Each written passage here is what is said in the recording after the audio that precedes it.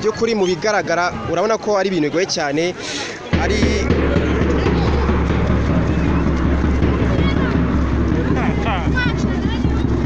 urabibona rwose ntabwo byoroshye, ibintu bijyanye rwose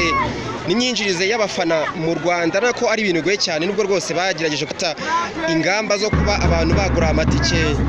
mu buryo bwa online, ndetse bakanaba baranagejeje kwinjiza abafana hakiri kare, ariko bitewe nyine n'ubwinshi bw'abafana baje ntago byabaye ibintu byoroshye, kugeza bwo none kwishura biri bongera guca rugi nkuko muri kubibona abafana kugenda binjira rwose, ni ibintu byo bitoroshye cyane,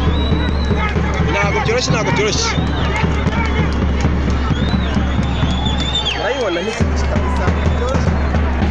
Ibi rero ibaye kuri stade Huye, bibaye ubugira kabiri ubwo rwose abafana bafata icyemezo cyo guca umuryango bakinjira, je nubwo rwose hari bitewe n'imyinjirize mibi y'abantu, cyangwa twava ngo uburyo bwo kugenzura abafana nabi. Yego bari bagejeje gufata ingamba binjiza abafana hakiri kare, batangiye kwinjira mu masaha ya saa 5, ariko bitewe n'ubwishi bw'abafana ntago nyine byaje kuba byakunda. Birumvikana ko nyine nka Ferwafa ndetse n'abandi bantu bose bakurikirana ibikorwa bijyanye na siporo bazagenda bakwiye kwiga ubundi buryo bwo gufata ingamba, ntago byoroshye kabisa.